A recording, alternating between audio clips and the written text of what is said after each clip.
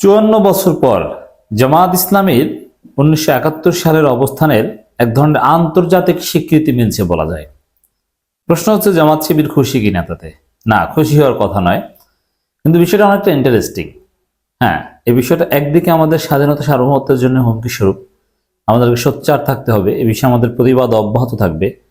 এটা আর একটা দিক রয়েছে যেটা জামাত ইসলামী 1971 সালে বলে আসছিল। দর্শক, আমরা কথা বলছি বাংলাদেশের মহান বিজয় দিবস উপলক্ষে ভারতের প্রধানমন্ত্রী জনাব নরেন্দ্র মোদীর বক্তব্যকে কেন্দ্র করে।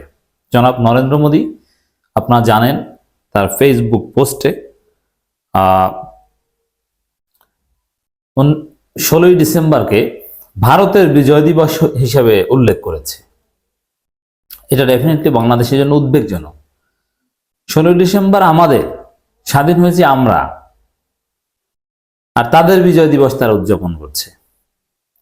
আমরা যদি প্রথমে নরেন্দ্র মোদীর ফেসবুক পোস্টটা একটু দেখি। টুডে অন বিজয় দিবস we honor the courage and sacrifices of the brave soldiers who contributed to India's historic victory in 1971. এর মানে এটাকে 1971 সালে ভারতের বিজয় এভাবে বলে আসছে। আরো নানান কিছু লিখেছে, সেটা ইম্পর্টেন্ট নয়। মূল বিষয় হচ্ছে যে ভারতের বিজয় দিবস হিসেবে মোদি দাবি করেছে। এখন এটার খণ্ডন আমরা করব, তার আগে বলিনি, অধ্যাপক গোলাম আজম বা 1971 সালে জামাত এটাই বলেছিল যে এটা ভারতের ষড়যন্ত্র। যুদ্ধটা মূলত ভারত পাকিস্তানের মধ্যে। ভারত পাকিস্তানকে রিভাইভ করতে চায়, পাকিস্তানের মেজরিটি তারা দখল নিতে চায় বা আলাদা করতে চায়, বাংলাদেশকে পাকিস্তানকে ডিভাইড করে একটা অংশ ভারতের পণ্যের মার্কেট বানাতে চায়। 1971 সাল থেকে জামাত ইসলাম এটা বলে আসছে, বা তৎকালীন জামাত এটা বলেছে। জামাতের মূল যুক্তিই ছিল এটা। ট্রাইব্যুনালে গোলাম আজমের মামলার পর্যালোচনা বা সেগুলোতে এই যুক্তিগুলোই ডিফেন্স টিম দিয়েছে যে ভারতের ষড়যন্ত্র হিসেবে দেখতেন অধ্যাপক গোলাম আজম বা তৎকালীন জামাত ইসলামী। আমরা পিন্ডির গোলামি থেকে দিল্লির গোলামিতে যাব না, এই যুক্তিগুলো দিত। শেষ পর্যন্ত কিন্তু জামাত ইসলামের অবস্থানে যথেষ্ট যৌক্তিকতা মিলেছেও। কারণ আমরা দেখেছি যে 1971 সালে আমরা স্বাধীন হয়েছি কাগজে কলমে, কিন্তু প্রকৃত স্বাধীনতা আমরা পাইনি। ভারত আমাদেরকে পরাধীন করে রেখেছিল, আমাদের রেজিমগুলো দিল্লির গোলামি করেছে। তা আমরা দিল্লি থেকে আবার স্বাধীন হয়েছি 2024 সালের 5 আগস্ট।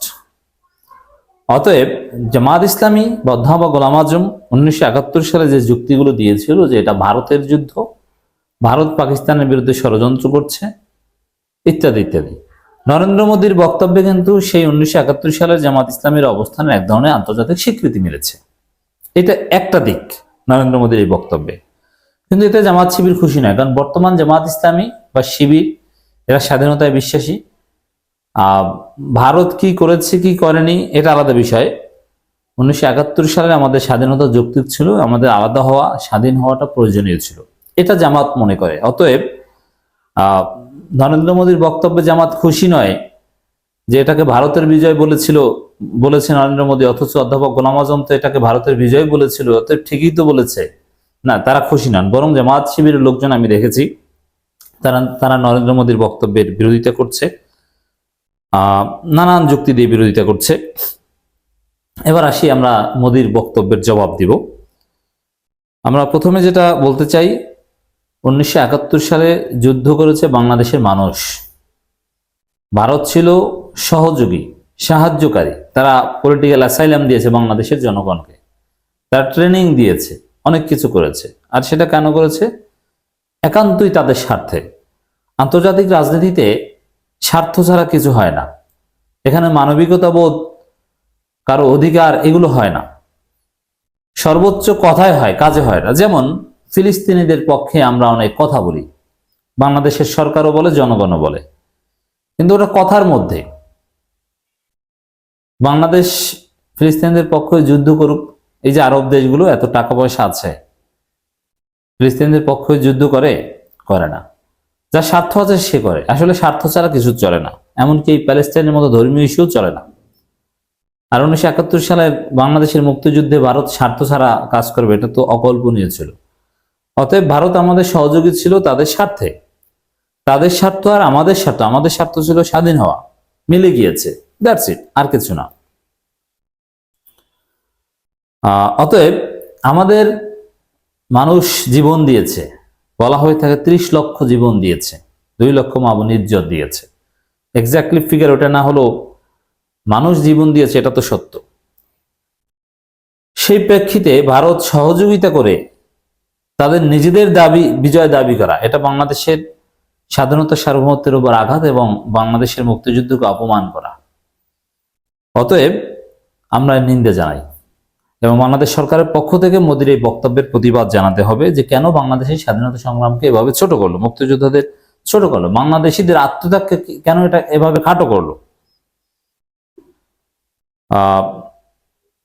আরো যদি একটু হিস্ট্রিক্যালি আপনি দেখেন কেন বাংলাদেশ যুদ্ধ করেছিল, ক্ষোভ, বঞ্চনা এবং নিষ্পেষণ, নিপীড়ন, এগুলোর প্রেক্ষাপটে। আর স্বাধিকার আন্দোলন শুরু হয়েছিল আরো আগে থেকেই। ভারতের ক্ষেত্রে কি এগুলো ঘটেছিল? ভারতের জনগণ কি পাকিস্তান রেজিম কর্তৃক নিষ্পেষিত ছিল, শোষিত ছিল? না। অতএব এটা ভারতের যুদ্ধ বলার কোনো কারণ নেই। তাদের সাথে বর্ডার কনফ্লিক্ট ছিল, সেটা মুক্তিযুদ্ধ নয়, সেটা সাময়িক কনফ্লিক্ট। কনফ্লিক্ট আর লিবারেশন ওয়ারের মধ্যে পার্থক্য রয়েছে। এটা হচ্ছে লিবারেশন ওয়ার 1971-এ যেটা হয়েছিল, এটা কোনো কনফ্লিক্ট নয়। যেমন পাকিস্তানের সাথে ভারতের কনফ্লিক্ট নিয়মিত হয়, চীনের সাথে হয়, সেটা কয়েক ঘন্টা ব্যাপী বা কয়েকদিন ব্যাপী, এতে কোনো একটা দেশ স্বাধীন হয়ে যায় না। আর বাংলাদেশের যেটা ঘটেছিল স্বাধীন হয়েছিল। অতএব লিবারেশন ওয়ারকে জাস্ট কনফ্লিক্ট হিসেবে চিহ্নিত করা এটা দুঃখজনক। অতএব ভারতের কাছে করা জবাব চাইতে হবে বাংলাদেশ সরকারকে। এবং জামাতের 1971 সালের অবস্থানের যে স্বীকৃতি মিলেছে তাতে জামাত শিবির মোটেই খুশি নয়, বরং তারা মোদির বক্তব্যে উদ্বিগ্ন। এবং আরো কিছু স্বীকৃতি, ডোমেস্টিক স্বীকৃতির কথা বলি। জামাত ইসলাম, ইসলামী ছাত্র শিবির, শিবির সবসময় করে বিজয় দিবস, স্বাধীনতা দিবস এগুলো উদযাপন করে, জামাত ইসলামী করে, কিন্তু মাঠে নেমে জামাতকে র্যালি করতে আমি অতীতে দেখিনি বা নিকট অতীতে দেখিনি। গত 15 বছরে এটা সম্ভব হয়নি। তো এবছর জামাত ইসলামী দেশব্যাপী র্যালি করেছে, আমিরে জামাত নিজে মাঠে নেমেছেন, র্যালিতে বক্তব্য দিয়েছেন। জামাত ইসলামীকে বলা হয় স্বাধীনতা বিরোধী, অথচ তারা বিজয় দিবস উদযাপন করছেন। এর চাইতে সুন্দর দৃশ্য আর হতে পারে না। মানে আমাদের 1971 সাল সার্থক, সবাই বিজয় উদযাপন করছে, সবাই মেনে নিচ্ছে, এখানে কোনো বিভাজনের সুযোগ নেই। এবং আমরা দেখতে পেয়েছি যে রাষ্ট্রপতির কার্যালয় কিংবা রাষ্ট্রপতির বাসভবনে, বঙ্গভবনে যে অনুষ্ঠান হয়েছে সেখানেও জামাত ইসলামীকে দাওয়াত দেওয়া হয়েছে, জামাত ইসলামের একটা বড় প্রতিনিধি দল সেখানে উপস্থিত হয়েছে। এটাও একটা স্বীকৃতি যে আসলে বিভাজনের কোনো সুযোগ নেই। জাতি জামাত ইসলামীকে গ্রহণ করেছে, সরকার গ্রহণ করেছে। এবং 1971 সালের সৌন্দর্য এটাই যে স্বাধীনতার পক্ষে বিপক্ষে সবাই এখন, বা তাদের পরবর্তী প্রজন্ম এখন সবাই স্বাধীনতার পক্ষে, সবাই বিজয় উদযাপন করছে। কত সুন্দর দৃশ্য, আলহামদুলিল্লাহ।